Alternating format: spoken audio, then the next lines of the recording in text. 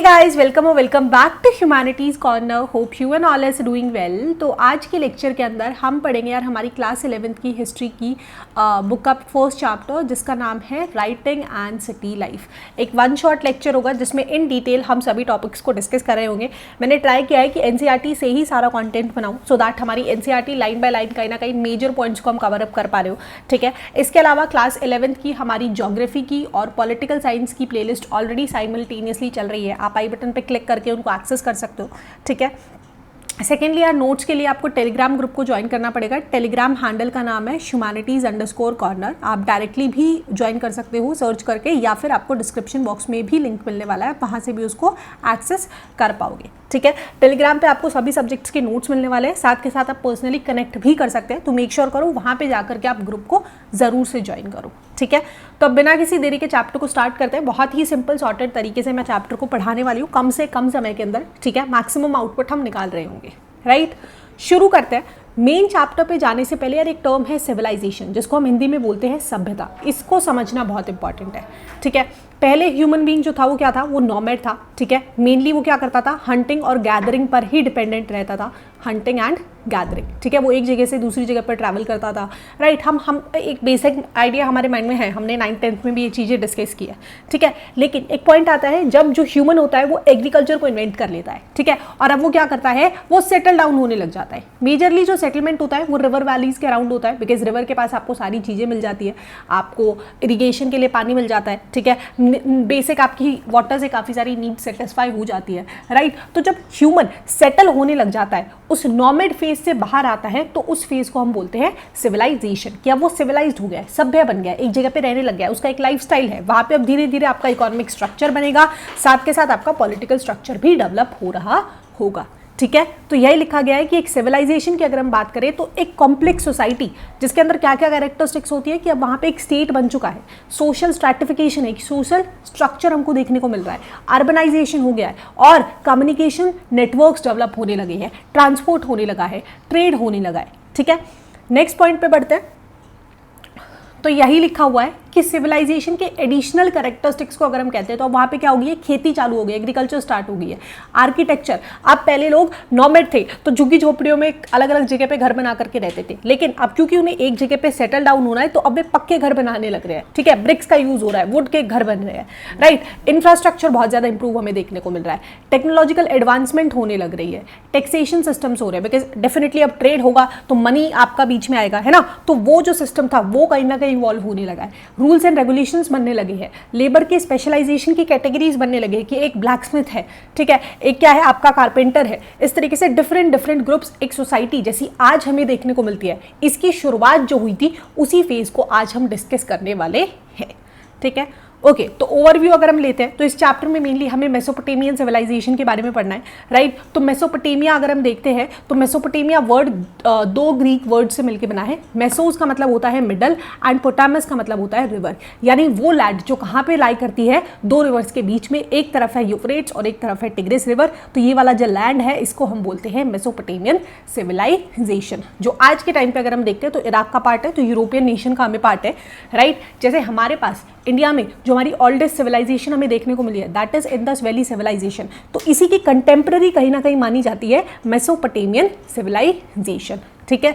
इसको cradle of civilisation कहा जाता था, यानी यहाँ से हमें जो हमारे अर्लीस्ट लाइफस्टाइल थे, एंशियंट जो हमारा हिस्ट्री अगर हम देखते हैं तो हमें पता चलता है कि कैसे सिटी लाइफ एग्जिस्टेंस में आई, ठीक है। हमें यहाँ से काफ़ी सारा लिटरेचर देखने को मिला है, राइट। तो हम सोचते हैं कि अभी डेवलपमेंट हुई है, राइट, ऐसा कुछ भी नहीं है।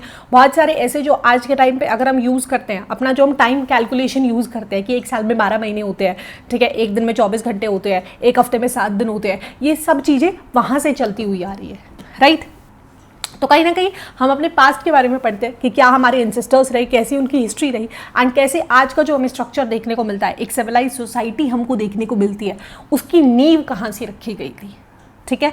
समझ में आया। हमें किसके बारे में पढ़ना है, मेसोपोटामियन सिविलाइजेशन के बारे में, जो कहाँ पे लाई करती है, आज का टाइम का जो प्रेजेंट डे इराक है, ठीक है, और ये यूफ्रेट्स और टिग्रिस रिवर के बीच का लैंड था, ठीक है। ओके, तो 10,000 BC तक लगभग ह्यूमन एवोल्यूशन एंड हो गया था, राइट। इससे पहले हमारा एक चैप्टर और हुआ करता था जो नए सिलेबस के अकॉर्डिंग डिलीट कर दिया गया है, उसमें पूरा हमने ह्यूमन एवोल्यूशन के बारे में पढ़ा है ना कहीं हमारा साइंस का भी थोड़ा बहुत कॉन्टेक्स्ट आया, हमने क्लास 10th में पढ़ा है कि कैसे ह्यूमन इवॉल्व हुआ है, राइट। तो लगभग 10,000 BC के अराउंड ये वाला जो एवोल्यूशन वाला पार्ट था ये खत्म हो जाता है एंड हम देखते हैं कि अब बीच के जो ये 2000 साल है इसके अंदर ह्यूमन कैसा है, नॉमेड है। इससे पहले भी वो एक नॉमेड था, लेकिन धीरे धीरे कुछ टाइम तक आते आते वो सेटल डाउन होने लग जाता है।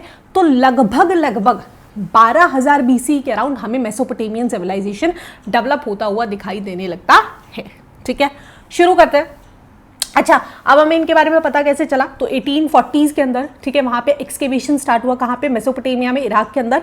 मेजरली 2 साइट्स हमें पढ़नी है, ओरुक और मरी, क्योंकि यहीं से हमें मैक्सिमम डेटा देखने को मिला है, ठीक है। ओके, सेकेंड पॉइंट पे आते हैं, तो क्या सोर्सेज है ना। तो सोर्सेज की अगर हम बात करें तो हमें वहाँ पे बहुत सारा बिल्डिंग का स्ट्रक्चर मिला है, बहुत सारे स्टैचूज मिले हैं, बहुत सारे ऑर्नामेंट्स मिले हैं, ग्रेव्स मिली है, बहुत डिफरेंट तरीके के टूल्स और सेल्स मिली हैं, और इसके साथ साथ बहुत सारे रिटन डॉक्यूमेंट्स भी हमें मिले हैं, ठीक है। अब मेसोपोटामियन सिविलाइजेशन की अगर हम बात करते हैं तो वो यूरोपियंस के लिए बहुत ज़्यादा इंपॉर्टेंट है, बिकॉज बाइबल में कहीं ना कहीं एक ऐसी स्टोरी का हमें जिक्र या फिर एक रेफरेंस दिया गया है जो सेम हमें मेसोपोटामियन सिविलाइजेशन से कहीं ना कहीं कनेक्ट कराता है, ठीक है। तो बेसिकली एक स्टोरी है बाइबल के अंदर कि जो गॉड थे, भगवान जो थे, वो एक पॉइंट ऑफ टाइम के बाद मतलब बहुत ज़्यादा जो धरती थी उस पर बहुत ज़्यादा एक तरीके से करप्शन हो रहा था, है ना, अत्याचार बहुत ज़्यादा हो रहा था, बुरे लोग बहुत ज़्यादा बन रहे थे।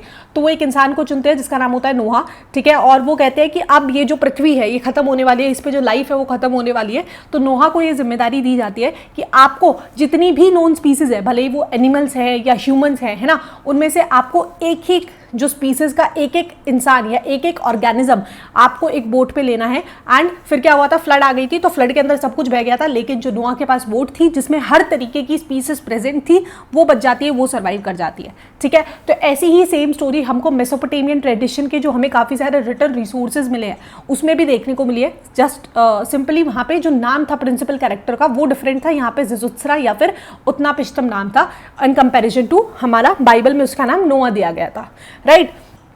और बहुत सारे हमें रेफरेंसेस देखने को मिले हैं, जैसे जो बुक ऑफ जेनेसिस है उसके अंदर शिमार को काफ़ी ज़्यादा रेफर किया गया है। शिमार का मतलब है सुमेर, सुमेर यानी एक ऐसा शहर जो ब्रिक से बना हुआ था, ठीक है। तो ये भी कहीं ना कहीं सुमेर हम मेसोपोटामिया से ही कोरिलेट कर पाते हैं, उसी का कहीं ना कहीं दूसरा नाम हम एज अ सिनोनियम उसको यूज़ कर रहे होते हैं, ठीक है। इसके अलावा जो ट्रैवलर्स और जो स्कॉलर्स थे यूरोप के, उन्होंने मेसोपोटामिया को कहीं ना कहीं उसका एंसेस्टर लैंड के तरीके से देखा, है ना, कि यूरोपियन सिविलाइजेशन की कहीं ना कहीं स्टार्टिंग यहाँ से हुई थी। सो इसीलिए उन्होंने इस चीज़ को बहुत ही स्ट्रक्चर्ड वे के अंदर क्या किया, एक्सकेवेट किया, ठीक है। बहुत ही इस पे पैसा भी लगाया गया, बहुत बड़े बड़े प्रोजेक्ट्स लॉन्च किए गए, बहुत ही अच्छे अच्छे टीम्स जो थी उन्होंने जा करके इस साइट को एग्जामिन किया, राइट। तो सिमिलरली अगर हम इंडिया के केस में देखते हैं तो हमारे पास भी एक बहुत ही अच्छा सिविलाइजेशन स्ट्रक्चर एग्जिस्ट करता था इंडस वैली सिविलाइजेशन के ऊपर, ठीक है। लेकिन हम उतना सही तरीके से उसको नहीं एक्सकेवेट कर पाए, बिकॉज इंडस वैली सिविलाइजेशन के केस में सबसे बड़ा प्रॉब्लम ये था कि हम उसका स्क्रिप्ट आज तक डिसिफर नहीं कर पाए हैं, ठीक है। जो स्क्रिप्ट थी हम उसको नहीं पढ़ पाए हैं इन कंपेरिजन टू यूरोपियंस जो थे, दे वर वेरी क्विक, ठीक है। 1840s में यहाँ पे एक्सकेवेशन स्टार्ट हो गया था एंड इन्होंने बहुत बड़ी एक टीम लगाई थी जिन्होंने यहाँ की जो स्क्रिप्ट थी उसको डिसिफर कर लिया था, राइट। तो टेक्निकली अगर हम देखते हैं सो यूरोपियंस ने इस जो सिविलाइजेशन थी, राइट, इसके ऊपर बहुत ही मेजर फोकस किया, ठीक है। बहुत ही एक्सटेंसिव इसके ऊपर रिसर्च की गई इन कंपैरिजन टू इंडिया, जहाँ पे हमारे आज भी बहुत सारे ऐसे केसेस हैं, राइट, जिनको प्रॉपर वो ना तो सरकार की तरफ से सपोर्ट मिल पाया, ना ही इतनी लोगों के अंदर जागरूकता थी, है ना। फॉर एग्जांपल हमारी भी बहुत सारी साइट्स हैं, द्वारका वाली जो साइट अगर हम देखते हैं, है ना, गुजरात के अंदर अभी वो काफ़ी ज़्यादा अनएक्सप्लोर्ड है, उसके अंदर अभी रिसेंटली कुछ प्रोजेक्ट्स को लॉन्च किया गया है। लेकिन अगर यही काम हज़ारों सालों 200-300 सालों पहले होता, राइट, 1800 के आसपास, 1900 के आसपास, या फिर जैसे हमको आज़ादी मिली थी उसके बाद होता, तो हमारे पास मेजर डेवलपमेंट्स होती। सिमिलरली अगर हम राम मंदिर वाला केस देखते हैं तो उसके अंदर जस्टिस लेने में हमें इतना ज़्यादा टाइम लग गया, राइट। सो यहाँ से एक बहुत इंपॉर्टेंट पॉइंट हमको समझ में आता है कि हमें जो हमारी पास्ट की जो चीज़ है ना उनको बहुत ही अच्छे से एग्जामिन करना चाहिए, राइट। हमें दुनिया को दिखाना पड़ेगा, जैसे ये जो है ये मेसोपोटामियन सिविलाइजेशन के बारे में बहुत एक्सटेंसिव रिसर्च हुई, बहुत एक्सटेंसिव इसके ऊपर पेपर्स जारी किए गए, right. So people know a lot more about Mesopotamian civilization, ठीक है। तो सिमिलरली हमें कुछ ना कुछ ऐसा अपने कल्चर के साथ भी अपनी जो रूट्स हैं, अपने जो ट्रेडिशंस हैं उनके साथ जुड़े रहना पड़ेगा, राइट। तो यहाँ से हमें रेफरेंस देखने को मिला कि ऐसे ऐसे सिविलाइजेशन मिली थी, फिर उन्होंने उसको एक्सकेवेट किया और क्या उसकी इंपॉर्टेंस थी, बिकॉज वो अपने एंसेस्टर्स के बारे में जानना चाहते थे, राइट।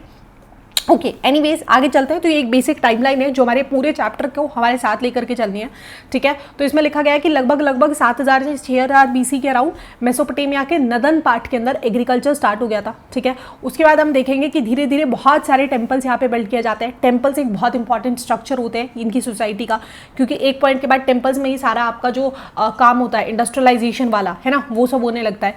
उसके बाद हम देखते हैं 3200 BC के अराउंड पहली राइटिंग यहाँ पे डेवलप की गई थी, राइट। तो ऐसी कुछ हमारी टाइमलाइन रहने वाली है। इसको हम थ्रू आउट द चैप्टर साथ में लेकर के चलने वाले हैं, सो दैट टाइमलाइन हमको साथ के साथ याद होती रहे, ठीक है। ओके अब स्टार्ट करते हैं फटाफट से अपना मेन चैप्टर, जिसका पहला टॉपिक है मेसोपोटामिया एंड इट्स ज्योग्राफी। तो अगर हम मेसोपोटामिया के नॉर्दर्न पार्ट के अंदर देखते हैं, राइट, तो यहाँ पे हमें स्टेपीज ज़्यादा देखने को मिलते हैं। यूजुअली यहाँ पे एनिमल हर्डिंग बहुत ज़्यादा हो रही होती है, ठीक है। सिमिलरली अगर हम नॉर्थ ईस्टर्न पार्ट में आ जाते हैं तो यहाँ पे बहुत सारी माउंटेन्स है, बहुत सारा ग्रीन लैंड है, ठीक है। काफ़ी अच्छी मात्रा में रेनफॉल भी आती है, तो कहीं ना कहीं एग्रीकल्चर यहाँ पे सबसे ज़्यादा सपोर्ट या फिर होता हुआ हमें देखने को मिला है, ठीक है। ईस्टर्न पार्ट में आ जाते हैं, हमने देखा था बिल्कुल ईस्ट में हमारे पास इधर क्या थी, टिग्रिस रिवर थी, ठीक है। तो ये कम्युनिकेशन का सोर्स था बाकी रेस्ट ऑफ द वर्ल्ड के साथ कनेक्ट करने के लिए, ठीक है, थ्रू वाटर मीडियम है ना, बोट्स के थ्रू या शिप्स के थ्रू ट्रैवल किया जा सकता था। अगर हम सदर्न पार्ट में आते हैं तो सदर्न पार्ट में डेजर्ट हमको देखने को मिला है, ठीक है। लेकिन यहाँ पे पहली जो सिटीज़ थी इनकी है ना, हम देखेंगे उरुक और मरी के बारे में, वो यहाँ पे इमर्ज हुई है। उसके बाद राइटिंग भी यहीं से इमर्ज होना स्टार्ट हुई थी, ठीक है। तो ये काफ़ी डाइवर्स एनवायरमेंट का लैंड एग्जिस्ट किया करता था एंड स्टिल आज भी बहुत ही डाइवर्स है, ठीक है। इस मैप में यही दिखाया गया है। देखो नदन पार्ट के अंदर क्या है, हमारे पास बहुत सारे स्टेपीज है, माउंटेन्स भी हैं, बट माउंटेन्स मेजर हमारे पास यहाँ नॉर्थ ईस्टर्न पार्ट में है। नदन पार्ट में देखो ये स्टेपीज है, यहाँ पे आपका मरी डेवलप हुआ था, ठीक है। एंड अगर हम डेजर्ट वाले एरिया के अंदर आते हैं तो यहाँ पे आपका उरुक और उर करके दो शहर डेवलप हुए थे, ठीक है।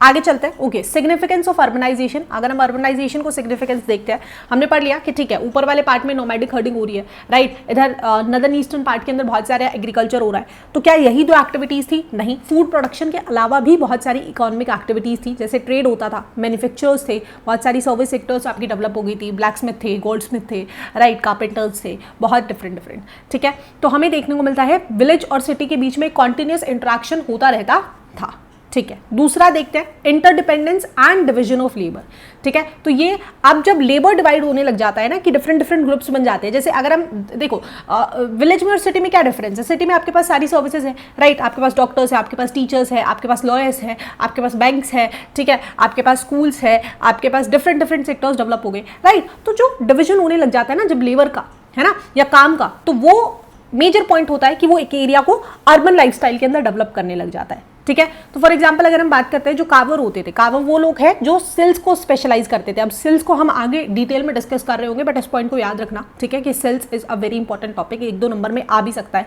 राइट। तो ये लोग जो सिल्स बनाया करते थे, इनको क्या चाहिए थे, ब्रॉन्ज के टूल्स चाहिए थे और काफी सारे कलर स्टोन चाहिए होते थे, ठीक है। अब ये इनका काम तो बनाना था, राइट, लेकिन ब्रॉन्ज टूल मेकर अब ब्रॉन्ज टूल्स बनाते थे, ठीक है। अब वो क्या करते थे, ब्रॉन्ज किससे बनता है, कॉपर और टिन से बनता है, तो ये एरिया एक्सपोर्ट करके लाता था, राइट। तो हमको समझ में आया कि ट्रेड हो रहा है, कॉपर और टिन आ रहा है, फिर उससे एक ब्रॉन्ज टूल मेकर ब्रॉन्ज का टूल बनाएगा, फिर वो टूल्स कार्वर के पास जाएंगे और फिर उससे सेल्स बनेगी, राइट। तो एक इंटरकनेक्टेड सिस्टम हमें देखने को मिल रहा है कि लोग एक दूसरे के ऊपर डिपेंडेंट हैं, ठीक है।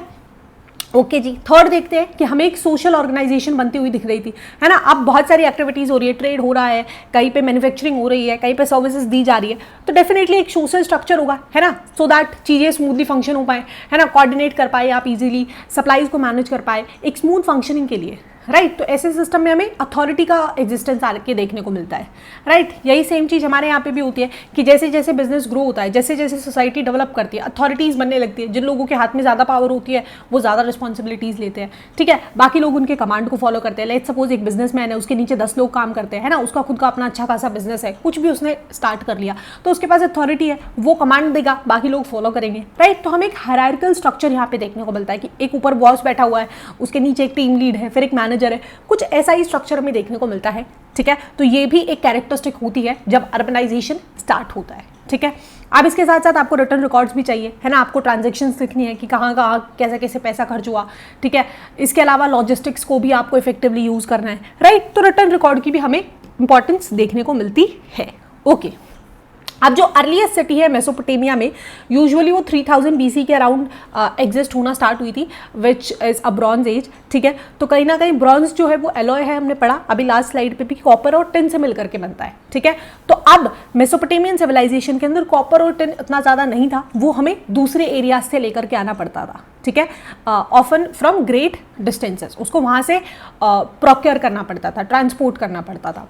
अब क्योंकि मेटल टूल्स बहुत ज़्यादा नेसेसरी है, अब आज के टाइम पे हमारे यहाँ पे जो फैंसी हमें किड्स टॉय शॉप देखने को मिलती है, ऐसा कुछ फैंसी आइटम वहाँ पे पहले नहीं होता था। ठीक है, यूजुअली क्या होती थी, कारपेंट्री होती थी। ठीक है, या फिर जो बिड्स होती थी, ओशन से, सी से बिड्स को कलेक्ट करके लाया जाता था, उनमें ड्रिल करके उससे कुछ ना कुछ बनाया जाता था। ठीक है, स्टोन सेल्स बनाई जाती थी, या जो शेल्स होती थी उनको कट करके कुछ ना कुछ फर्नीचर टाइप का बनाया जाता था। राइट, तो बहुत ही सस्टेनेबल तरीके से जो भी आसपास आपको सामान मिल गया है ना, उसको थोड़ा बहुत इन्वेंट करके, पोइट्री बहुत ज़्यादा होती थी। राइट, आज के टाइम पे तो हमारे घरों में डिफरेंट टाइप की क्रॉकरीज होती है, लेकिन पहले पोइट्री होती थी, उसी में आपका ग्रेन स्टोर होता था, उसी में आपका पानी स्टोर होता था, सारी चीज़ों को वो उसी में रखते थे। राइट, तो हमें देखने को मिलता है कि मेटल के टूल्स बहुत ज़्यादा नेसेसरी थे, बेसिक जो रोजमर्रा के काम थे। ठीक है, तो अब जो मेसोपोटामियन वेपन्स थे वो ब्रॉन्ज के बने होते थे यूजुअली, है ना। हमने पढ़ लिया कि ब्रॉन्ज दूसरे एरिया से आता था, सो टेक्निकली हम कह सकते हैं कि मेसोपोटामिया बाकी रेस्ट ऑफ द वर्ल्ड या बाकी ऐसी कंटेम्प्रेरी सिविलाइजेशन से भी कनेक्टेड था। फॉर एग्जाम्पल, हमें बहुत सारे एविडेंसेस मिले कि मेसोपोटामिया हमारा इंडस वैली सिविलाइजेशन से कहीं ना कहीं कनेक्टेड था।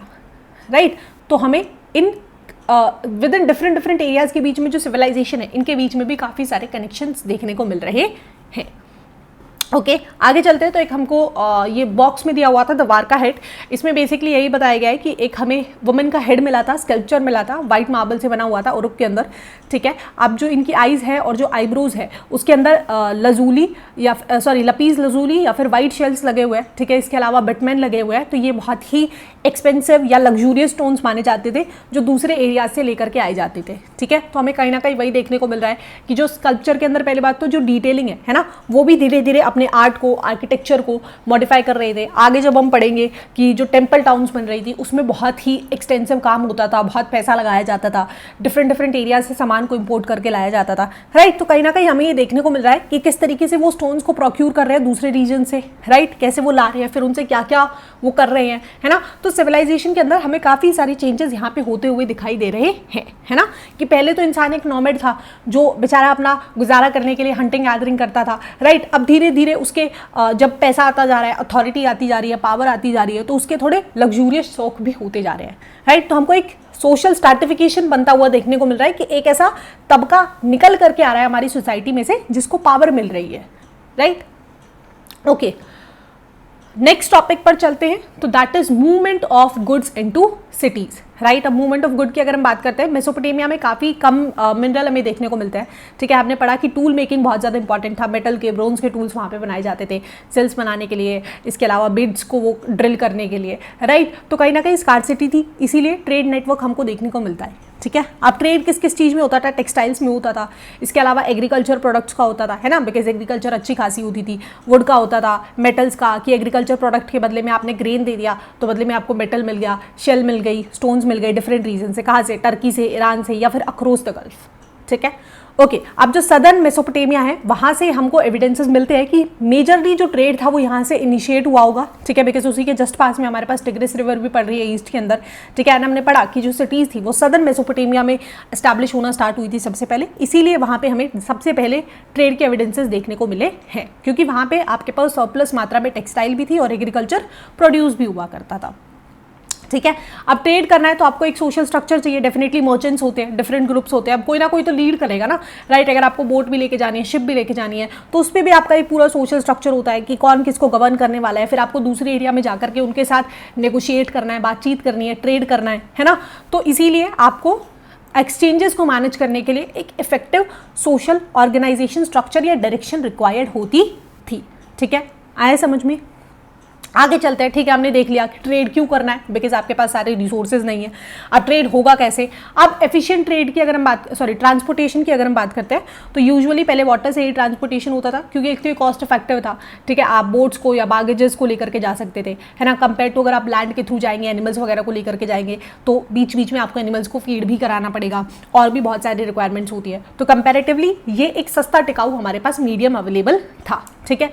अब मेसोपोटामिया में बहुत सारी नेचुरल चैनल्स और कैनाल्स ऑलरेडी एग्जिस्ट करते थे, तो और भी बड़ा फायदा हो गया, है ना, कि आप गुड्स को इजीली ट्रांसपोर्ट कर पा रहे हो, ठीक है। अब जो यूफ्रेट्स रिवर थी उसने एक बहुत ही सिग्निफिकेंट रोल प्ले किया था, वर्ल्ड रूट की तरह वो काम करता था ट्रेड और ट्रांसपोर्टेशन के अंदर, और हमें काफ़ी सारे एविडेंसेस मिले भी है कि मरी, हमने पढ़ा था कि मरी इधर वाली तरफ है हमारा कुछ नदन पार्ट के अंदर, राइट, तो वहाँ से बहुत ज़्यादा हमें ट्रेड एक्सटेंसिव यहाँ से देखने को मिला था, राइट।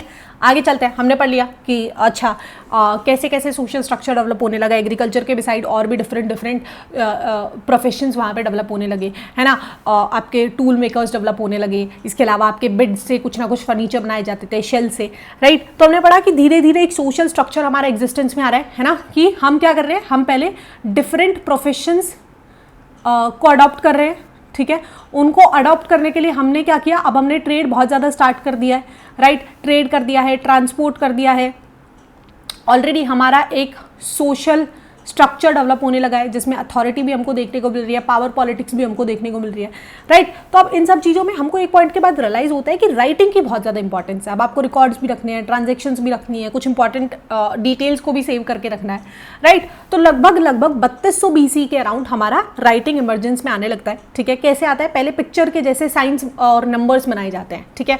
सिंपल सा होता है, क्ले टेबलेट्स का यहाँ पे यूज़ होता है, ठीक है। तो अगर हम क्ले टेबलेट्स की बात करते हैं स्पेसिफिकली, तो यूजुअली क्ले टेबलेट्स होते थे राइटिंग के अंदर, बिकॉज एक तो ये ड्यूरेबल थे और ये इंडेस्ट्रक्टेबल थे, यानी इनको आप तोड़ मरोड़ नहीं सकते थे। क्या होता था, जो स्क्राइब्स होते थे, जो लेखक होते थे, वो क्ले को पहले गीला कर लेते थे, ठीक है, फिर उनको टेबलेट्स ही शेप दे देते थे, कुछ ऐसी राउंड दे दी, कुछ circular they the, right, and फिर उसके ऊपर क्या करते थे, वेज शेप्ड क्यूनिफॉर्म। क्यूनिफॉर्म क्या है, तो क्यूनिफॉर्म की अगर हम बात करें, क्यूनिफॉर्म एक लैटिन वर्ड से आया है जिसका मतलब अगर हम निकाले तो नेल होता है, राइट। नेल का मतलब कुछ नुकीला, राइट। लेट्स सपोज आपने कोई पत्थर कट कर लिया, जैसे अगर हम ये एक इनका एक वर्ड है, कुछ इस तरीके का आपने शार्प सा कुछ ऐसा पत्थर बनाया या कुछ भी ऐसा स्टोन बनाया, ठीक है, कोई भी ऐसी वेपन बनाया, है ना, इस शेप का बना लिया, और फिर आपका ये जो क्ले टेबलेट है इस पर आप इसको स्टैम्प करेंगे एक तरीके से, है ना, स्टैम्प्स होती है, इसको आप एक तरीके से गाड़ेंगे तो क्या होगा, यहाँ पे इसका एज इट इज निशान बन जाएगा, राइट। तो कुछ ऐसा होता था। अब जो क्यूनिफॉर्म्स होते थे वो सिंगल अल्फाबेट नहीं होते थे, ABCD नहीं होते थे, वो सेलेबलाई होते थे, यानी कोई वर्ड होते थे। लेट्स सपोज एक सिंबल से का हो गया,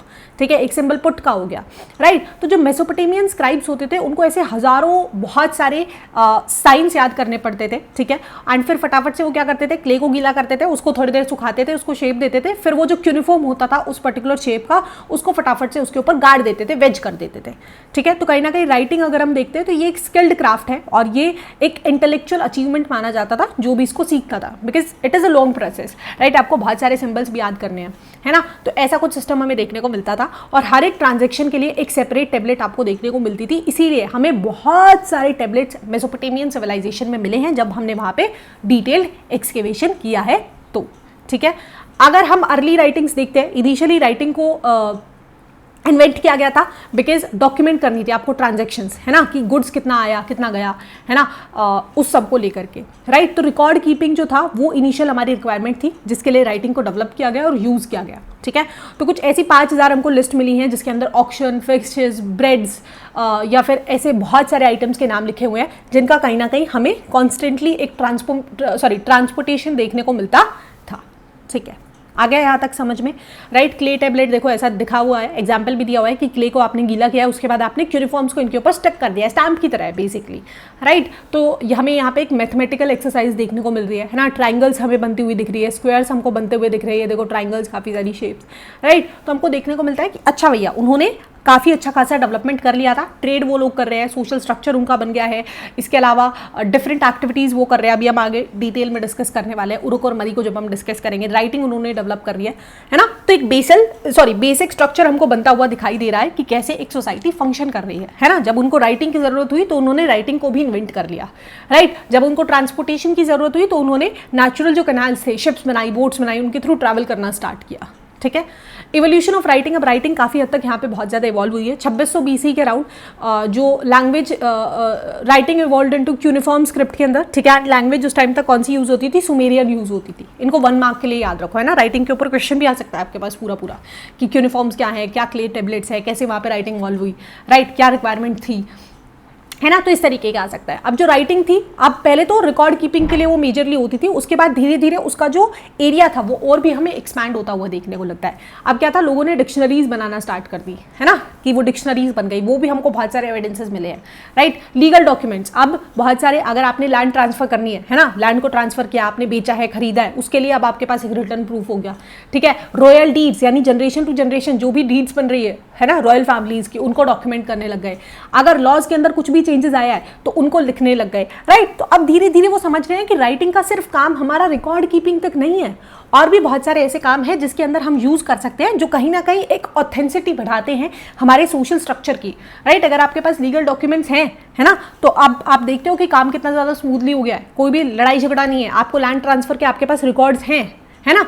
तो कहीं ना कहीं हमको थोड़ी और भी ज़्यादा सोसाइटी के अंदर राइटिंग के डेवलप होने की वजह से, एंड जब हमने उसके हॉरिजॉन को एक्सपैंड किया, कि हमने लॉज के अंदर जो चेंजेस आए उनको अनाउंस करने के लिए रिटर्न प्रूफ्स रखे, है ना, रॉयल डीड्स को डॉक्यूमेंट किया, सो दैट आगे आने वाली जनरेशंस को पता चल पाए कि कैसे सोसाइटी फंक्शन करती थी, कैसे क्या होता था, है ना। राइटिंग आज की लाइफ में देख लो, हम बहुत फॉर ग्रांटेड लेते हैं इन चीज़ों को, है ना, कि कितनी इंपॉर्टेंस थी, कैसे इन लोगों ने राइटिंग को डेवलप किया। बहुत सारे ऐसे लोग थे जिनको राइटिंग आती भी नहीं थी, है ना। Writing was a skilled craft, जो सीखता था उसको एक बहुत ही उच्च पदवी दी जाती थी, राइट। तो हम देखते हैं कि कैसे धीरे धीरे छोटे छोटे स्ट्रक्चर्स के अंदर ये हर फील्ड के अंदर डेवलप कर रहे हैं, है ना। कैसे इन्होंने बहुत ही सहूलियत से ट्रेड को डेवलप किया होगा, ट्रांसपोर्ट को डेवलप किया होगा, नेगोशिएशंस को डेवलप किया होगा, करेंसी को डेवलप किया होगा, राइटिंग को डेवलप किया है, राइट। तो ये बहुत ही इंपॉर्टेंट एस्पेक्ट्स थे, है ना, कि कैसे हमारी सोसाइटी आज हमें जैसे देखने को मिलती है, ऐसी कितने हजारों सालों पहले ये चीज़ें स्टार्ट हुई थी और धीरे धीरे धीरे धीरे फंक्शन में आने लग गई है, राइट।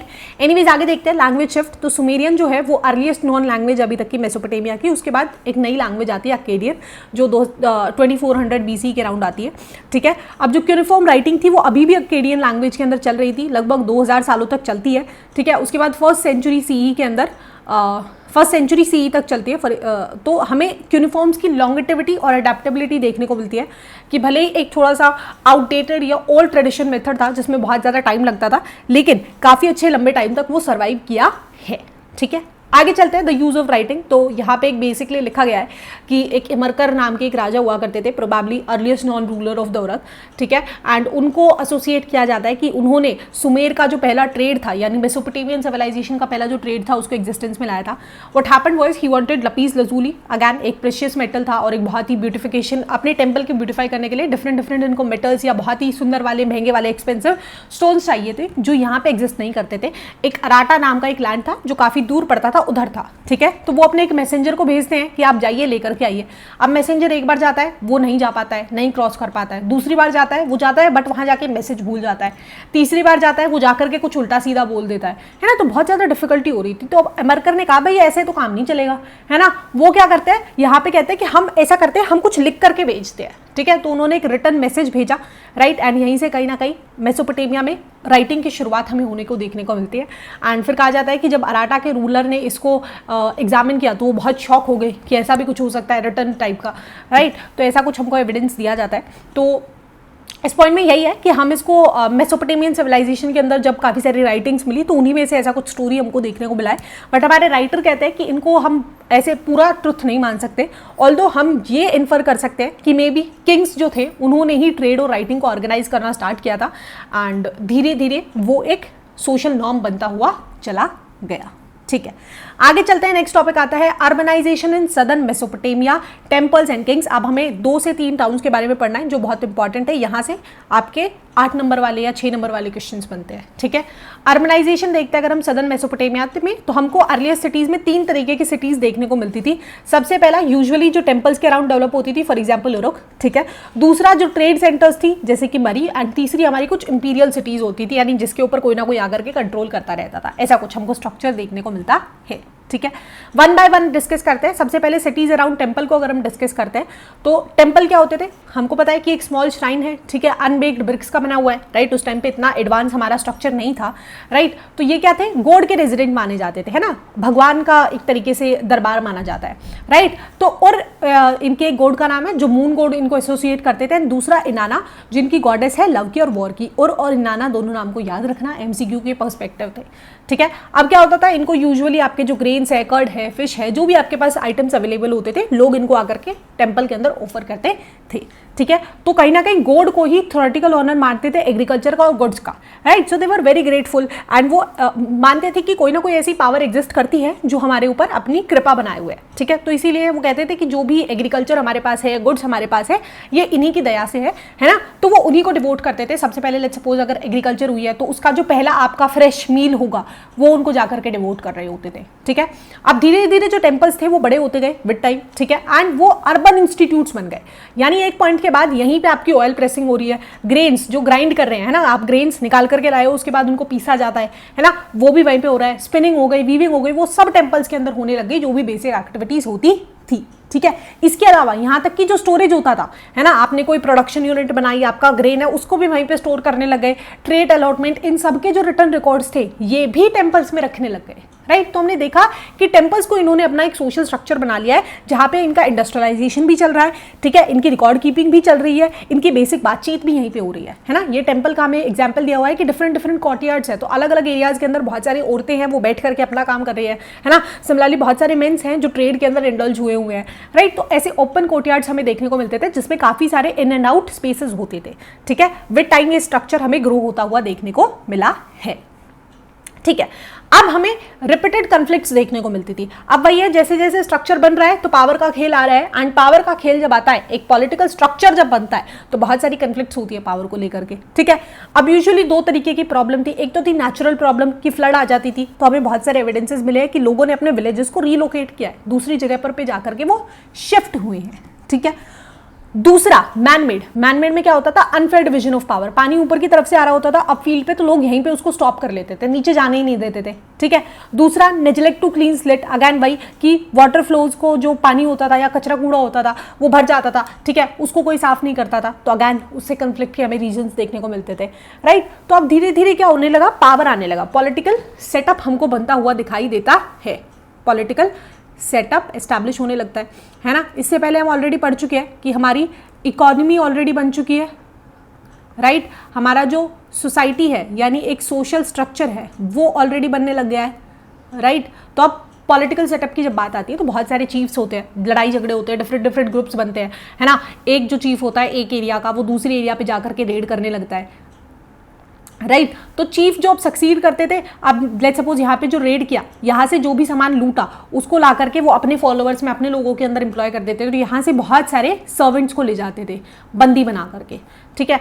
जो हार जाते थे उनको बंदी बना करके ले जाते थे, यहाँ से बहुत सारा सामान लूट लिया करते थे, राइट। तो ऐसा कुछ स्ट्रक्चर होने लगा था, ठीक है। अब जब वो लूट करके भी आते थे तो वो अपने जो गोड्स होते थे उनको वहाँ से जो भी प्रेशियस बूटी वो लूट करके लाए उनको डिवोट करते थे आकर के, ठीक है। इसके अलावा बहुत सारे आप डिफरेंट एरियाज के अंदर अपने जो मेंस होते थे या सर्वेंट्स होते थे उनको भेज देते थे कि जाइए स्टोन्स ढूंढ के लाइए, अच्छे मेटल ढूंढ के लाइए, टेम्पल्स को हमें ब्यूटीफाई करना है, राइट। तो जैसे मार्कर की जो पोएम थी उसमें भी हमको पता लगा कि किंग को काफी हाई स्टेटस दिया जाता था, ठीक है। किंग को क्या दिया जाता था, हाई स्टेटस, अथॉरिटी, कि वो अपनी कम्युनिटी के ऊपर कमांड कर सकता है, राइट। तो हम धीरे धीरे देखते हैं कि एक तरीके का पॉलिटिकल सेटअप यहाँ पे एस्टैब्लिश हो रहा है, राइट। अब एस्टैब्लिशमेंट कैसे हो रहा है, एस्टैब्लिशमेंट वही हो रहा है कि एक एरिया से एक चीफ उठ के आ रहा है, ठीक है। वो ड्यूटी लेता है कि उसके जो एरिया के लोग हैं उनको वो सिक्योरिटी प्रोवाइड करेगा, ठीक है।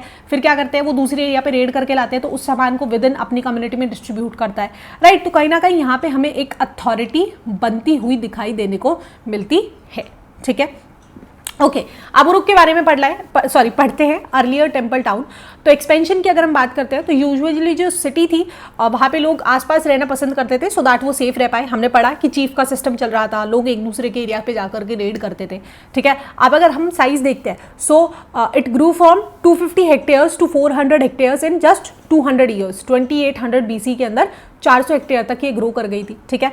अब इन्होंने क्या किया, एक डिफेंसिव वॉल भी बना ली कि अपने शहर के आसपास एक हमने वॉल बना ली है, ठीक है, सो दैट प्रोटेक्शन के लिए, ठीक है। अब जो चीफ्स थे, अब डिफरेंट एरिया के डिफरेंट चीफ्स थे, they were keen on expanding their influence, right. Again वही होता था कि अपने कुछ लोगों को इकट्ठा कर देते, दूसरे एरिया के अंदर जाकर के अटैक करते थे। अब अटैक करके अगर वो सक्सेसफुल हो गए तो इनकी पावर बढ़ जाती थी, है ना, इनका नाम बन जाता था, इनका दबदबा बन जाता था, राइट। तो हमें देखने को मिल रहा है कि टेम्पल्स के साथ साथ क्या हो रहा है, हमारे चीफ्स का जो एग्जिस्टेंस है वो भी बहुत ज़्यादा बढ़ता हुआ दिख रहा है। जैसे जैसे टेम्पल्स हमारे एक्सपैंड हो रहे हैं वैसे वैसे हमें चीफ्स की इन्फ्लुएंस बहुत ज़्यादा देखने को मिल रही है, बिकॉज लोग कहीं ना कहीं इमोशनली या मेंटली टेम्पल्स के साथ बहुत ज़्यादा कनेक्टेड थे। तो वो क्या करते थे, जब भी लूट करके लाते थे सामान, हमने देखा कि पहला सामान टेम्पल्स में आकर के ऑफर करते थे, राइट। तो वो उस तरीके से खेलने की कुछ ना कुछ कोशिश कर रहे होते हैं, ठीक है। आगे देखते हैं। तो नेक्स्ट है compulsory labour for temples and rulers.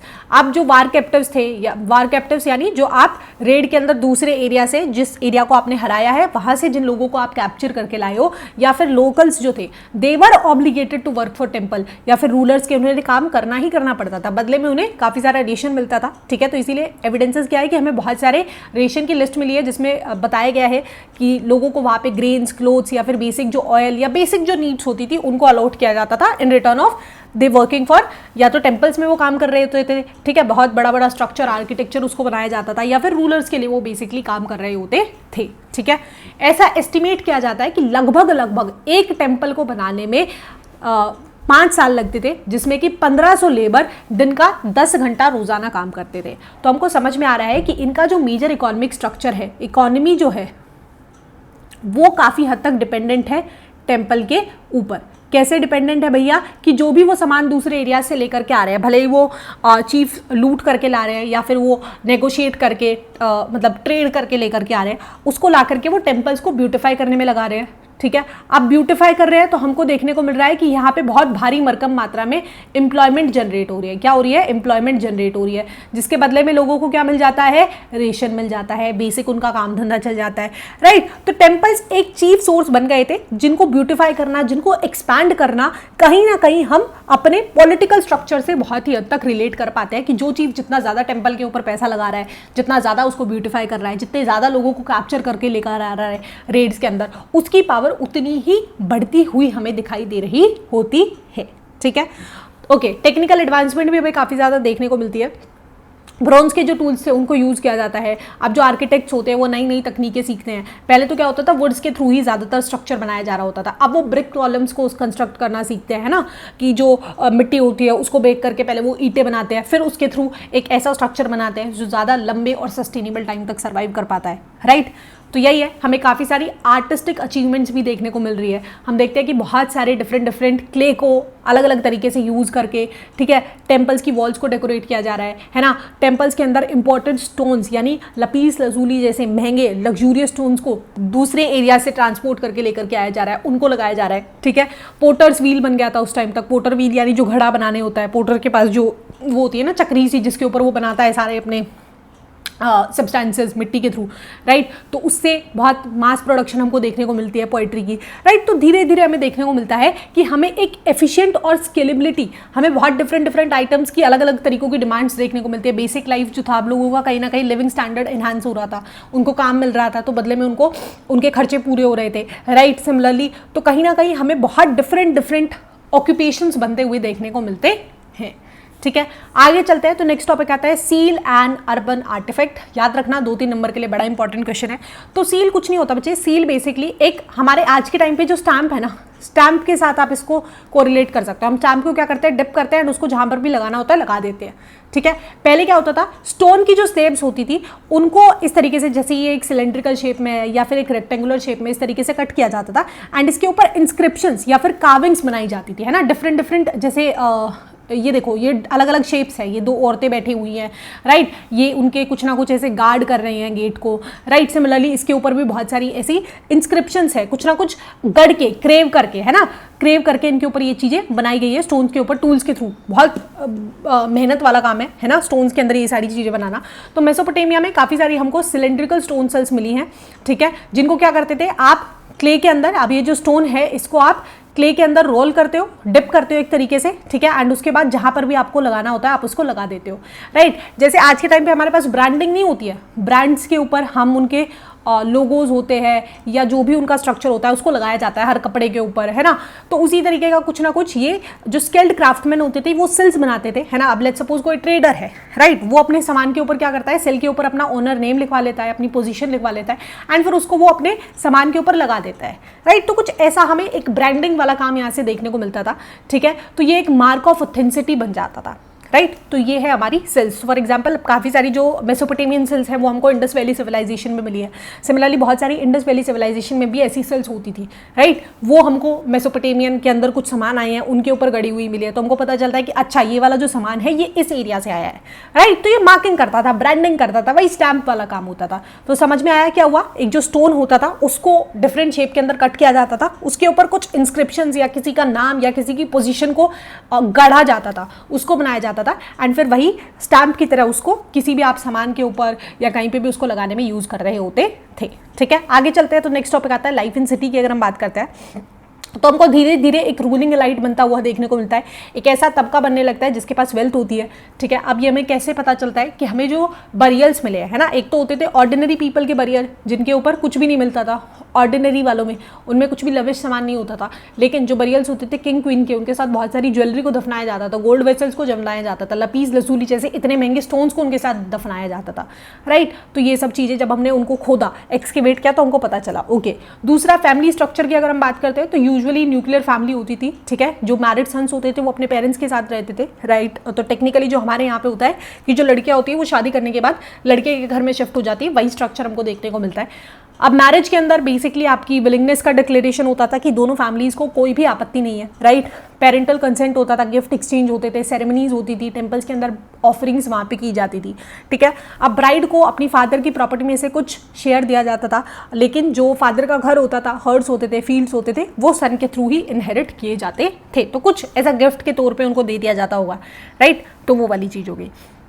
Urban life अगर हम उर की देखते हैं तो उर जो थी 1930s के अराउंड इसको सिस्टमैटिकली एक्सकेवेट किया गया था, राइट। हमने देखा कि 1840s के अंदर एक्सकेवेशन स्टार्ट हो गया है, लेकिन उर नाम का एक जो शहर था उसको 1930 के लगभग बहुत ही सिस्टमैटिक तरीके से एक्सकेवेट किया गया था, एंड हमने देखा कि वहाँ पे नैरो और वाइंडिंग स्ट्रीट्स है। सिस्टमैटिक तरीके से करने का मतलब है कि आपके पास अब अच्छी टेक्नोलॉजी है, आपके पास अच्छे ऐसे आर्कियोलॉजिस्ट हैं, राइट, जो बहुत अच्छे तरीके से एग्जामिन कर सकते हैं, थोड़ा सा और एडवांस हो गए हैं, राइट। तो हमने जब उसको एग्जामिन किया तो हमको पता चला कि नैरो और वाइडनिंग स्ट्रिप्स हैं, ठीक है, कि इतनी ज़्यादा खुली नहीं है, तो टेक्निकली वहाँ पे सिर्फ व्हील्ड कार्ट्स ही आ सकते हैं, इसके अलावा कोई और बड़ा व्हीकल वहाँ पे नहीं आ सकता है, और उनका भी बहुत लिमिटेड एक्सेस है। ठीक है, तो यूजुअली जो गुड्स हैं उनको आप डंकी की बैक के ऊपर ही ट्रांसपोर्ट कर रहे होते थे, बिकॉज अगेन बहुत ज़्यादा वाइड नहीं है स्ट्रीट्स जो आपकी, वो बहुत ज़्यादा चौड़ी नहीं है। ठीक है, हमें देखने को मिलता है कि यहाँ पे प्रॉपर कोई भी टाउन प्लानिंग नहीं है इन कंपैरिजन टू अगर हम इंडस वैली सिविलाइजेशन को देखते हैं, है ना, मोहनजोदारो को वगैरह को देखेंगे, जब हम उनके बारे में पढ़ेंगे तो हमको पता चलेगा कि बहुत ही प्लान तरीके से बनाया गया था। यहाँ पे जो स्ट्रीट के जो ड्रेन्स थे उनका कोई ऐसा स्ट्रक्चर नहीं था, काफ़ी एक लेस ऑर्गेनाइज्ड लेआउट हमको देखने को मिलता है। ठीक है, हाउस होल्ड इंफ्रास्ट्रक्चर अगर हम देखते हैं तो जो ड्रेनेज सिस्टम होता था या जो क्ले पाइप्स होती थी वो इनर कोर्टयार्ड के अंदर जो उर के घर होते थे, उस शहर के जो घर थे वो अंदर की तरफ आ रहे होते थे, तो कहीं ना कहीं हमको रेन वाटर हार्वेस्टिंग के कुछ एविडेंसेस देखने को मिले हैं। ठीक है, इसके अलावा जो हाउस होल्ड्स होते थे वो अपना कूड़ा होते थे उसको गली में ही निकाल देते थे, है ना, तो कहीं ना कहीं ज़्यादा हमको उतनी एडवांस सोसाइटी यहाँ पे देखने को नहीं मिल रही है। ठीक है, नेक्स्ट आते हैं आर्किटेक्चरल फीचर्स की। अगर हम बात करते हैं तो यूजुअली जो घर के दरवाजे होते थे, स्पेशली रूम के, मतलब ऐसे होता था कि पहले इनिशियली आपका एक कोर्टयार्ड होता था, ये आपका एक मेन डोर होता था, मेन डोर। ठीक है, यहाँ पे आपके कोर्टयार्ड है यानी एक बरांडा होता था, एंड इस कोर्टयार्ड के चारों तरफ आपके रूम्स होते थे, राइट। तो जो डोर्स हैं रूम्स के वो कोर्टयार्ड में खुल रहे हैं, स्पेसिफिकली आपका मेजर बाहर से ऐसा कुछ डायरेक्टली आप नहीं देख पाते थे घर के अंदर, तो कहीं ना कहीं रूम्स की प्राइवेसी हमें बनती हुई दिखाई देती थी। ठीक है, लेकिन यहाँ पे बहुत सारे हमें सुपरस्टिशंस देखने को मिले, जो बहुत सारी टेबलेट्स हैं उसके अंदर कुछ ऐसे सुपरस्टिशियस सेइंग्स या नॉर्म्स हमको देखने को मिली है। जैसे कहते थे कि अगर आपका जो थ्रैशहोल्ड है यानी जो आपके घर के ऊपर का जो चबूतरा है या सामना है, अगर वो थोड़ा ऊंचा है, राइट, तो आपके घर में वेल्थ आएगी, है ना, पैसा आएगा। अगर आपका फ्रंट डोर किसी दूसरे की तरफ यानी बाहर की तरफ ना ओपन होकर के अंदर की तरफ अगर ओपन होता है तो आप लकी हैं। ठीक है, अगेन वही कि अगर आपका मेन डोर बाहर की तरफ ओपन होता है ना, तो आपकी जो वाइफ होगी वो काफ़ी ज़्यादा टॉर्मेंट होगी, डोमिनेटिंग होगी। तो ऐसे कुछ हमको सुपरस्टिशंस इनके रिकॉर्ड्स के थ्रू देखने को मिले हैं, राइट। आगे चलते हैं बरियल प्रैक्टिसेस की। अगर हम बात करते हैं तो हमें उर के अंदर काफ़ी एक सिमेट्री के अंदर ग्रेव्स देखने को मिली है। ठीक है, रॉयल्टी और कॉमनर्स के लिए डिफरेंट एरियाज़ के अंदर। अब जो कुछ इंडिविजुअल्स होते थे उनको घरों के फ्लोर के नीचे ही घरों के अंदर दफना दिया जाता था, है ना, तो डिफरेंट डाइवर्स हमें बरियल प्रैक्टिसेस यहाँ से देखने को मिली है। ठीक है, तो हमने देख लिया उरुक के बारे में, हमने डिटेल में पढ़ा कि कैसे वो टाउन डेवलप हुआ, राइट, कैसे वहीं पे उरुक के अंदर ही हमने जो टेम्पल्स के विदिन ही हमारी इकोनॉमिक एक्टिविटीज़ इंक्रीज होने लग गई है, राइट। फिर धीरे धीरे हमने देखा कि चीफ्स का एग्जिस्टेंस हमें बहुत ज़्यादा देखने को मिलता है, बिकॉज टेम्पल से कहीं ना कहीं वो डायरेक्टली इन्फ्लुएंस हो रहा था, राइट। उसके बाद हमने सिटी लाइफ के बारे में हमने उर को डिस्कस किया है कि कैसा वहाँ का सोशल स्ट्रक्चर था, इंफ्रास्ट्रक्चर कैसा था, गलियाँ कैसी थी, है ना। जो ड्रेनेज सिस्टम था वो उतना वेल डेवलप नहीं था। हमने कुछ बरियल प्रैक्टिसेस के बारे में पढ़ा, है ना। तो ये सारी चीज़ें हमने डिस्कस कर लिया। तो अगैन वही टाइमलाइन है कि हमने देख लिया कि हमारी एग्रीकल्चर हो गई है, ठीक है। उसके बाद हमने देख लिया कि अर्लीस्ट टेम्पल्स हमारे मेसोपोटामिया के अंदर बिल्ड हुए थे, कब, 5000 BC के लगभग। पहली राइटिंग हमारी कब इवॉल्व हो रही है, 3200 BC के अंदर। पहली राइटिंग कौन सी थी, सुमेरियन थी, ठीक है। उसके बाद अक्केडियन भी हमारी आ गई थी लगभग 2600 BC के अराउंड, राइट। देख लेना वो आप, ठीक है। 3000 BC के अराउंड हम देखते हैं कि उरुक एक बहुत बड़ा शहर बन गया है, ठीक है, जिसमें एक्सटेंसिव ब्रॉन्ज टूल्स का यूज़ हो रहा है ना। और फिर 2700 से 2500 BC तक किंग्स आने लग गए हैं, राइट। 2600 BC के अंदर हमने देखा कि यूनिफॉर्म्स हमारी डेवलप हो गई है। 2400 BC के अंदर हमारी सुमेरियन को रिप्लेस कर दिया किसने, अक्केडियन ने। अच्छा, तो ये 2400 BC के अराउंड आई थी, ठीक है। तो यहाँ तक हमारी कुछ स्टोरी हो गई है। आगे हम देखते हैं अ trade town in pastoral zone. तो हमें यहाँ पे मरी के बारे में पढ़ना है, ठीक है, कि पेस्टोरल यानी नोमैडिक जोन के अंदर एक काफ़ी अच्छी ट्रेड टाउन डेवलप हो गई थी। मरी की अगर हम लोकेशन की बात करते हैं तो ये एक रॉयल कैपिटल थी जो लगभग 2000 BC के अराउंड बहुत अच्छा प्रॉस्पर करने लग गई थी, बहुत एक्सटेंसिव स्केल के ऊपर डेवलप हुई है, ठीक है। Unlike other cities in fertile area, मरी जो थी वो अपस्ट्रीम्स के अंदर लोकेटेड थी, यूफ्रेट्स की साइड, है ना। हमने मैप पे भी देखा था कि इधर वाली साइड हमारी यूफ्रेट्स रिवर थी, इधर हमारे ऊपर स्टेपीज थे, है ना, नोमैडिक रीजन थे, एंड यहीं कहीं पे हमारी मरी थी, ठीक है, यूफ्रेट्स। जो हमारी उरुक और जो हमारी उर थी, उरुक एंड उर, ये हमारी सदर्न रीजन में थी, डेजर्ट वाले रीजन में, ठीक है। एंड ये टिग्रिस रिवर से काफ़ी ज़्यादा क्लोज थी। अब इकोनॉमिक एक्टिविटीज़ की अगर हम बात करते हैं तो यहाँ पे यूजुअली आपका एग्रीकल्चर भी हो रहा था, ठीक है, एनिमल रियरिंग भी हो रही थी। ये दोनों बहुत कॉमन एक्टिविटीज़ थी। कुछ कम्युनिटी दोनों ही चीज़ें करती थी, लेकिन ज़्यादातर फोकस यहाँ पे शिप्स और गोट्स के ऊपर होता था, उनको रियर अप करने पर होता था। अब ट्रेड एंड कन्फ्लिक्ट हमें काफ़ी ज़्यादा, हर्डर्स वो लोग हैं, हर्डर हमारे बेसिकली नोमैड्स, हर्डर हमारे वो हैं जो पशुपालन करते हैं, एनिमल रियरिंग करते हैं, एनिमल रियरिंग, ये हमारे हर्डर्स और फार्मर्स, है ना। एक हमने देखा कि एक तबका वो है जो एनिमल रियरिंग कर रहा है और एक वो है जो एग्रीकल्चर कर रहा है। तो इन दोनों के बीच में टाइम टू टाइम हमको कन्फ्लिक्ट्स देखने को मिलते थे। जैसे फॉर एग्जांपल काफ़ी बार जो हर्ड्स होते थे, एनिमल रियरर्स, वो फार्मर्स की क्रॉप्स को डैमेज कर जाते थे, या फिर वो पूरे के पूरे विलेज को रेड कर लेते थे, है ना। वाटर एक्सेस को लेकर के दोनों ही ग्रुप्स के अंदर काफ़ी ज़्यादा टाइम टू टाइम कन्फ्लिक्ट्स हमें देखते हुए मिलता है, ठीक है। नेक्स्ट आता है नोमैडिक इन्फिल्ट्रेशन। हमने पढ़ा कि ऊपर की तरफ हमारे क्या है, नोमैड्स रह रहे हैं स्टेपीज के अंदर। तो थ्रू आउट मेसोपोटामियन हिस्ट्री अगर हम देखते हैं तो जो नोमैड कम्युनिटी थी, ठीक है, वेस्टर्न डेजर्ट की तरफ से, अगर हम नीचे से भी देखते हैं वेस्टर्न साइड से, वो माइग्रेट आती रहती थी हमारे एग्रीकल्चर लैंड के अंदर, ठीक है। अब कुछ हर्डर की तरह आते थे, कुछ एज अ लेबर आते थे कि उनका एनिमल रियरिंग में इतना अच्छा काम नहीं चल रहा, तो वो क्या करते थे, यहाँ पे लोगों के पास आकर के लेबर के तौर पर एग्रीकल्चर के अंदर काम कर लेते थे। कुछ सोल्जर्स के तौर पर आते थे एंड कुछ परमानेंटली यहाँ पे सेटल डाउन हो जाते थे, ठीक है। एंड काफ़ी बार तो कुछ तो पावर में भी आ गया, है ना। ये जो नोमैड्स का जो एक ग्रुप था, इन्होंने आ करके पॉलिटिकल स्ट्रक्चर को कंट्रोल कर लिया, जैसे कि अकेडियंस हो गए, एमरोइड्स हो गए, असेरियंस हो गए, या फिर अर्मेनियंस हो गए, राइट। तो हमको देखने को मिल रहा है कि धीरे धीरे नोमैडिक इन्फिल्ट्रेशन हो रहा है। अभी हम 4th चैप्टर में प्रोबेबली नोमैडिक एम्पायर्स के बारे में पढ़ने वाले हैं कि ये जो नोमैड्स होते थे, जो एक जगह से दूसरी जगह पे घूमते रहते थे, है ना। इनका इनिशियल टाइम ऐसे गया है, लेकिन व्हेन दे कलाइट, जब वो साथ में मिलकर के कलेक्टिव हो जाते हैं, तो उन्होंने बड़े बड़े साम्राज्य को तबाह करके अपना नया एक साम्राज्य बना लिया। उसको हम बहुत डिटेल में डिस्कस करने वाले हैं, राइट। तो नोमैड्स का भी हमें बहुत मेजर इन्फ्लुएंस यहाँ पे देखने को मिलता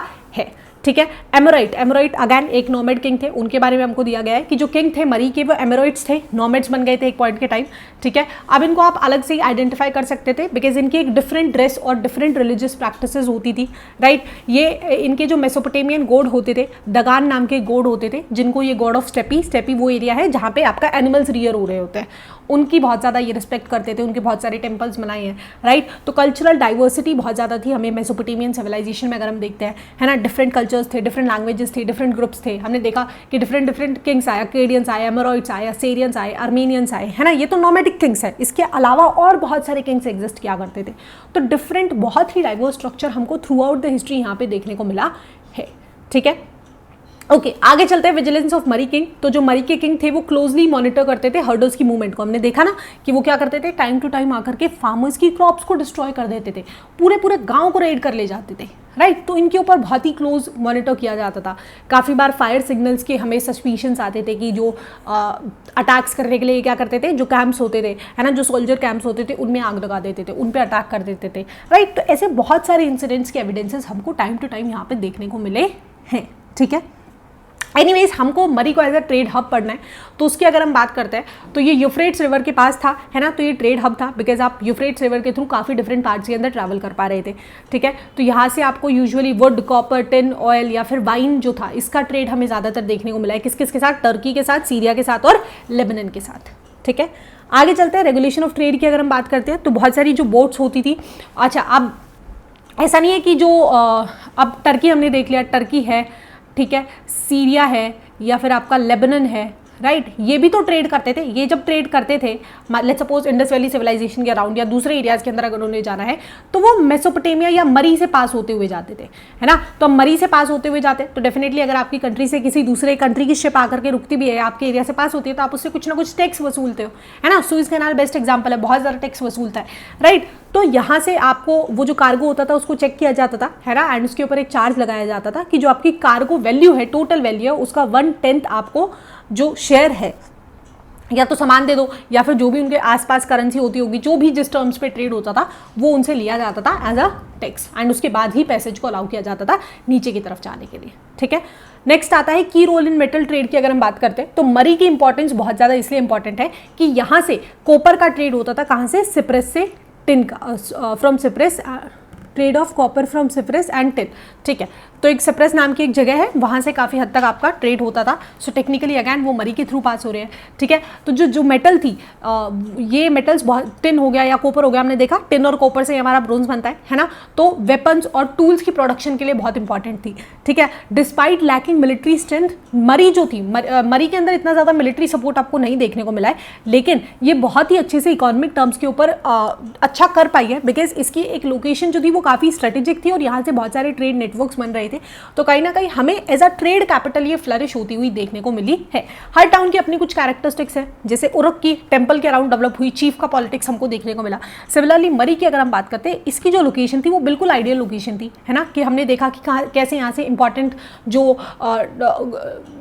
आइटम्स है, आपका टिन हो गया, कॉपर हो गया, इसका ट्रेड हो रहा है, या फिर यहाँ से बहुत सारे डिफरेंट कंट्रीज के कार्गो पास हो रहे होते थे, है ना। तो उनसे भी ये 1/10 ऑफ देयर शेयर कहीं ना कहीं एज अ टैक्स के तौर पे लेती थी, राइट। तो काफ़ी अच्छे तरीके से ये ग्रो अप कर रही थी। अब जो मरी का जो किंगडम है, हमको इसका एक एग्जाम्पल भी दिया हुआ है, द प्लेस ऑफ किंग जर्मेलिन, ठीक है। जो मरी का जो प्लेस था, जो रेजिडेंस था रॉयल फैमिली का, वो हब था वहाँ पे एडमिनिस्ट्रेशन का एंड प्लेस ऑफ प्रोडक्शन का, यानी बहुत मैसिव स्केल के ऊपर यहाँ पे मेटल के ऑर्नामेंट्स बनाए जाते थे। It was so famous in its time कि एक जो छोटे से राजा हुआ करते थे नॉर्थ सीरिया के, वो स्पेशली आए थे इसको देखने के लिए, इनके राज्य को देखने के लिए, ठीक है। बहुत ही बड़ा एक जो इनका राज्य था, रॉयल पैलेस था, उसके अंदर लगभग 260 कमरे थे और 2.4 हेक्टेयर का एरिया उन्होंने कवर अप किया हुआ था। देखो बहुत डिफरेंट स्ट्रक्चर, देखो ये कितने बड़े बड़े कोर्टयार्ड्स हैं, ठीक है। यहाँ पे देखो ये जो स्क्राइब्स होते थे, इनको बेंचेस पे बैठाया जाता था, क्लेबिन्स होते थे, टैबलेट्स यहाँ पे बनाए जाते थे, ठीक है। किचन इनकी बहुत बड़ी सारी है। इसके अलावा यहाँ पे बाथरूम एरियाज है, बहुत सारी डिफरेंट पेंटिंग्स हमको यहाँ पे देखने को मिली है। ऑडियंस हॉल होता था, आउटर कोर्ट होती थी, एंट्रेंस गेट था, वेल था, इनर कोर्ट था, है ना, डिफरेंट रूम्स थे। हमने पढ़ा 240 के आसपास कमरे थे जो जमरलीन का जो उनका घर था, घराना था, है ना। तो बहुत ही एक्सटेंसिव हमको यहाँ पे आर्किटेक्चरल डेवलपमेंट भी देखने को मिली है, जिसको देखने के लिए लोग दूसरे देशों से भी आया करते थे, ठीक है। ओके, आगे चलते हैं। Cities in Mesopotamian culture. तो सिटी लाइफ अगर हम देखते हैं तो यूजुअली लोग आसपास रहना पसंद करते थे, है ना, सो दैट सिक्योरिटी रीजंस की वजह से भी, ठीक है। इसके अलावा काफ़ी सारे जो लोग थे उन्होंने पोएम्स भी लिखी है सिटीज़ के बारे में, जैसे गलमिश अपिक करके एक हमको एक सोर्स मिला है, रिटर्न सोर्स, ठीक है। तो गलमिश नाम का एक बहुत फेमस राजा हुआ करता था उरुक का, ठीक है। एंड जब उनके एक क्लोज फ्रेंड थे, उनकी डेथ हो गई थी, ठीक है। उसके बाद से उन्होंने मेजरली उनका जो इंटरेस्ट था वो पॉलिटिकल एडमिनिस्ट्रेशन से हट करके वो दूसरी तरफ आ गया था, ठीक है। एंड उन्होंने बहुत सारी पोएम्स लिखवाई हैं। जब वो उरुक के शहर के बारे में, उरुक की सिटी की वॉल को इन्होंने बहुत ज़्यादा कहीं ना कहीं फैंटेसाइज किया है कि किस तरीके से डेकोरेशन होती थी सिटी के विद इन, आर्किटेक्चर होता था, है ना। तो गिलमिश का हमको एक एपिक बहुत बड़ा सोर्स, रिटर्न सोर्स मिला है देखने को, जिसमें इन्होंने जो उरुक सिटी थी, उरुक के शहर थे, उनके बारे में बहुत सारी अच्छी अच्छी पोइट्रीज लिखवाई हैं, बहुत सारी पोइम्स लिखवाई हैं, है ना। तो हमें कहीं ना कहीं सिटी स्ट्रक्चर को लेके एडमायरेशन देखने को मिला है ना। तो जो गिलमिश थे उन्होंने उरुक की जो वॉल्स थी, उनके ऊपर जो पेंटिंग्स थी, उनके ऊपर जो बना हुआ था पास्ट का, उसको बहुत ज़्यादा एडमायर किया है ना। तो हमको देखने को मिला है कि बिल्डिंग सिटीज़ के ऊपर बहुत ज़्यादा इंपॉर्टेंस थी, है ना। ये सब चीज़ें हो गई। सिमिलरली हमने देखा कि टेम्पल्स में किस एक्सटेंसिव स्केल से काम होता था, जो चीज़ की ज़रूरत है, भले वो कितने दूर के एरिया से है, भले वो उसको रेड करके लाए, ट्रेड करके लाए, वो लेकर के आते थे, ठीक है। तो हमें एक अर्बन लेगेसी का सिंबलिज्म देखने को मिलता है ना। जो गिलमिश थे वो अपनी फैमिली वगैरह को छोड़ करके अपनी सिटी के अंदर ही घूमने लग गए थे, है ना। उनका इतना ज़्यादा लगाव हो गया था सिटी के साथ कि उन्होंने अपना पूरा टाइम, आधी से ज़्यादा लाइफ, फिर उरुक को एडमायर करने के अंदर कहीं ना कहीं डिवोट की थी, ठीक है। तो हमें देखने को मिलता है कि जो मेसोपोटामियंस जो थे वो बहुत ज़्यादा वैल्यू करते थे अपनी सिटीज़ को, एंड उन्होंने एक बहुत ही अच्छी लेगेसी अपने पीछे छोड़ी है, ठीक है। दे यूज टू वर्क ओवर की पेंटिंग्स बनानी है, वॉल्स को सजाना है, राइट, टेम्पल्स को सजाना है, राइट। तो कहीं ना कहीं आर्किटेक्चर के ऊपर उन्होंने बहुत ज़्यादा काम किया है, ठीक है।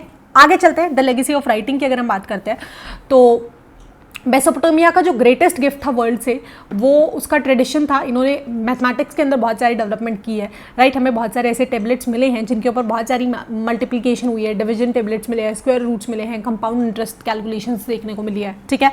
तो जो आज के टाइम पे हम टाइम डिवीजन यूज़ करते हैं, 12 महीने, 4 हफ्ते, दिन में 24 घंटे, राइट, ये भी कहीं ना कहीं उन्होंने ही इंट्रोड्यूस किया था, जो हम आज तक यूज़ कर रहे हैं, ठीक है। ट्रांसमिशन ऑफ नॉलेज की अगर हम बात करें तो जो मेसोपोटामियन है उन्होंने सोलर या न्यूक्लियर एक्लिप्स को, चंद्र ग्रहण, है ना, इसके अलावा सूर्य ग्रहण, स्टार की पोजीशंस हो गई, राइट, इन सब को बहुत ही लिखा था, है ना, बहुत एक्सटेंसिव रिसर्च की थी। उसके बाद यहाँ से ये रोमन वर्ल्ड की तरफ, फिर इस्लामिक सोसाइटीज़ की तरफ और मेडिवल यूरोप की तरफ ये जो राइटिंग्स थी धीरे धीरे रीच आउट हुई है, ठीक है। नेक्स्ट है role of writing and education. Writing और अर्बन स्कूल्स ये बहुत ज़्यादा पिवटल थे मेसोपोटामियन इंटेलेक्चुअल डेवलपमेंट के, यानी यहाँ पे एजुकेशन के ऊपर भी पूरा फोकस किया गया था, राइट। स्टूडेंट्स को पढ़ाए जाते थे ancient text, right, so that उनकी नॉलेज को एडवांस किया जा सके। तो कहीं ना कहीं एजुकेशन पे भी पूरा इन्होंने एम्फेसिस किया है। उसके बाद अर्ली लाइब्रेरी, नेक्स्ट टॉपिक आता है।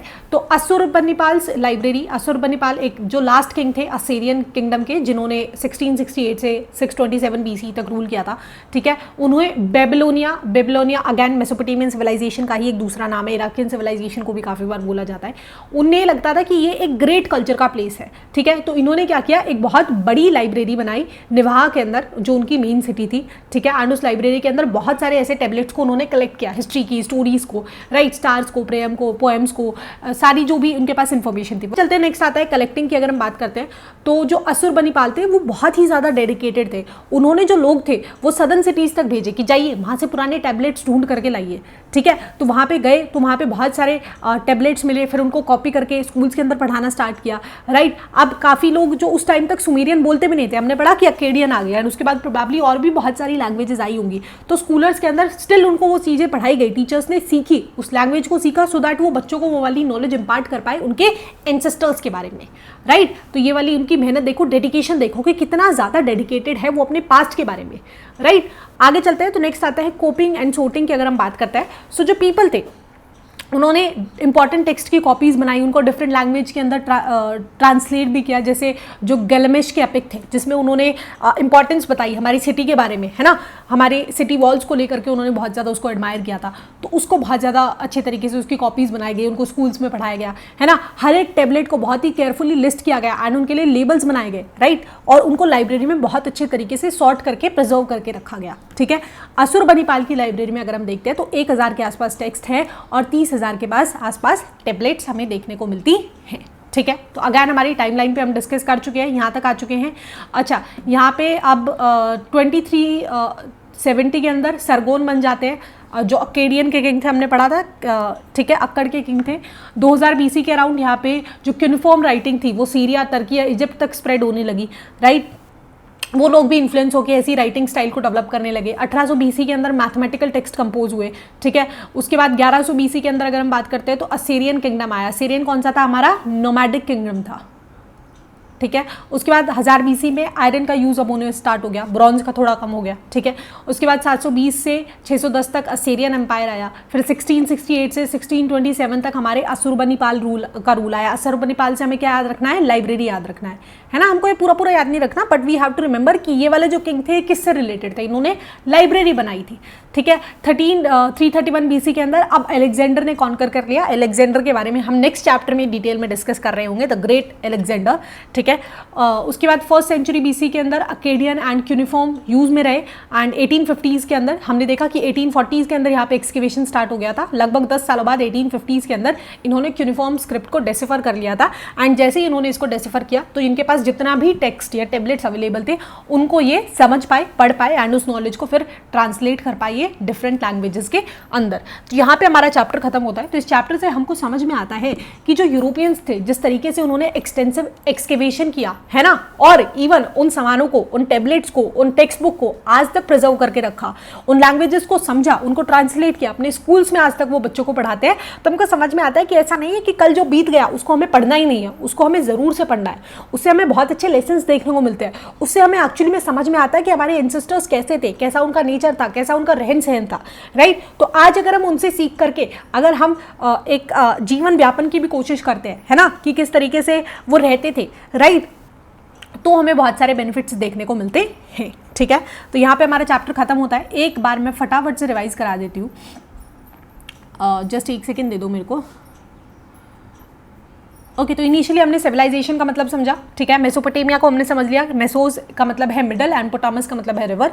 आज के टाइम पे इराक के अंदर ये एग्जिस्ट करती है और इन दो रिवर्स के बीच में ये एरिया हमारा एग्जिस्ट करता है, ठीक है। एक्सकेवेशन 1840 के आसपास स्टार्ट हो गया था, राइट। उसके बाद हमने मेसोपोटामिया के बारे में पढ़ लिया कि नॉर्थ के अंदर ज़्यादातर एनिमल हर्डिंग होती थी, नॉर्थ ईस्ट में हमारे माउंटेन्स थे, ईस्ट में हमारी टिग्रिस ट्रिब्यूटरी थी, साउथ में हमारे डेजर्ट्स थे, यहीं पर हमारी उरुक और उर डेवलप हुई है मेजरली, ठीक है। उसके बाद हमने देखा कि अर्बनाइजेशन कैसे हुआ है ना, इकोनॉमिक एक्टिविटीज़ डेवलप होने लगी, लोग एक दूसरे के ऊपर इंटरडिपेंडेंस होने लगे, सोशल ऑर्गेनाइजेशन, एक सोशल स्ट्रक्चर बनने लगा, राइट। गुड्स का मूवमेंट हमें होता हुआ देखने को मिला, राइट। फिर हमने देखा कि राइटिंग कैसे डेवलप हुई, यूनिफॉर्म क्या होते हैं, क्ले टेबलेट्स क्या होते हैं, राइटिंग की क्या क्या रिक्वायरमेंट थी, है ना, कैसे पहले सिर्फ उसको रिकॉर्ड कीपिंग के लिए यूज़ किया जाता था, बाद में उसको लीगल डॉक्यूमेंट्स के तौर के लिए भी यूज़ किया जाने लगा, ठीक है। फिर हमने सिटीज़ देख ली, जिसमें सबसे पहला एग्जाम्पल हमने देखा सिटीज़ अराउंड टेम्पल, जिसमें हमने उरुक के बारे में बहुत डिटेल में पढ़ा कि कैसे उरुक जो था पहले एक छोटा सा टेम्पल होता था, फिर बहुत सारे टेम्पल्स डेवलप किए गए, अब टेम्पल के अंदर इकोनॉमिक एक्टिविटीज़ होने लग गई, साथ के साथ पॉलिटिकल स्ट्रक्चर डेवलप होने लग गया, बहुत सारे चीफ्स बन गए जिनके अलग अलग कम्युनिटी बन गई जो दूसरे एरियाज को रेड करते थे,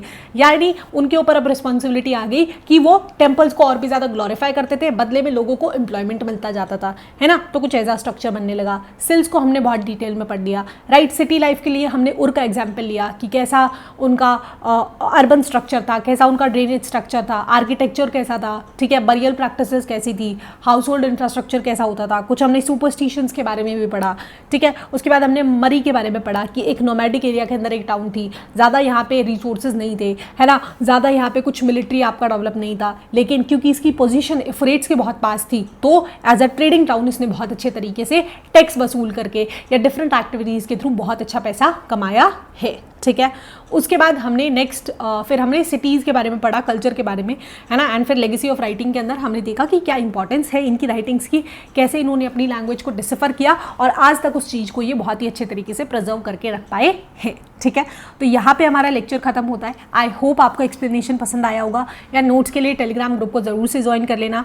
ऐसे ही वीडियोज़ देखने के लिए चैनल को सब्सक्राइब कर लो। So that's all for today, see you in next, bye bye.